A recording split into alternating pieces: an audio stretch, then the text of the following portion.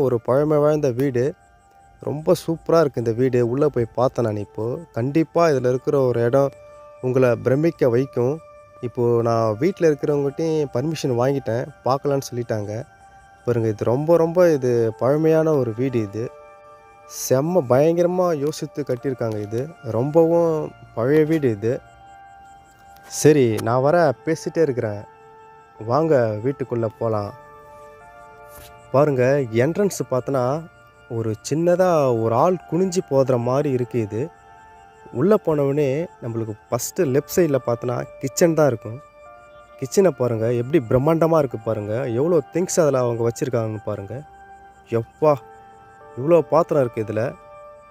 நான் இந்த வீட்ல இவ்வளோ பாத்திரம் இருக்குன்னு சொல்லிட்டு கொஞ்சம் கூட எதிர்பார்க்கவே இல்ல.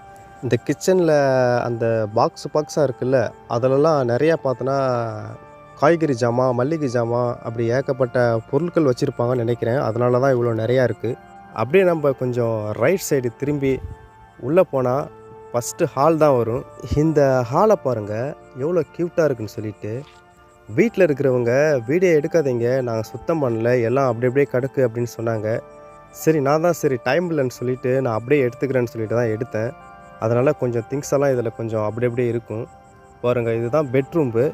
இதாங்க பெட்ரூம்பு. இது ரொம்பவும் பழமை வாய்ந்த ஒரு வீடு. அதனால சின்னதா தான் இருக்கு. உங்களுக்கு பிடிச்சிருந்தா ஒரு லைக் போடுங்க. பாருங்க அப்படியே ரைட் சைடு வந்தனாக்கா ஒரு ஹால் இருக்கா? ஹால்லேருந்து கொஞ்சம் தூரம் முன்னாடி போனா, அங்க ஒரு ஸ்டோர்கேஸ் ரூம் இருக்கு.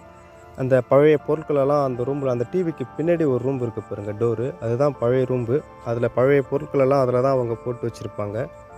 ஸோ, அதுக்கப்புறம் வேற எதுவும் இல்ல. மறுபடியும் நம்ம வெளியில வந்தோன்னா, மறுபடியும் அந்த பிரம்மாண்டமான கிச்சன். இத தாங்க நான் சொன்னேன்.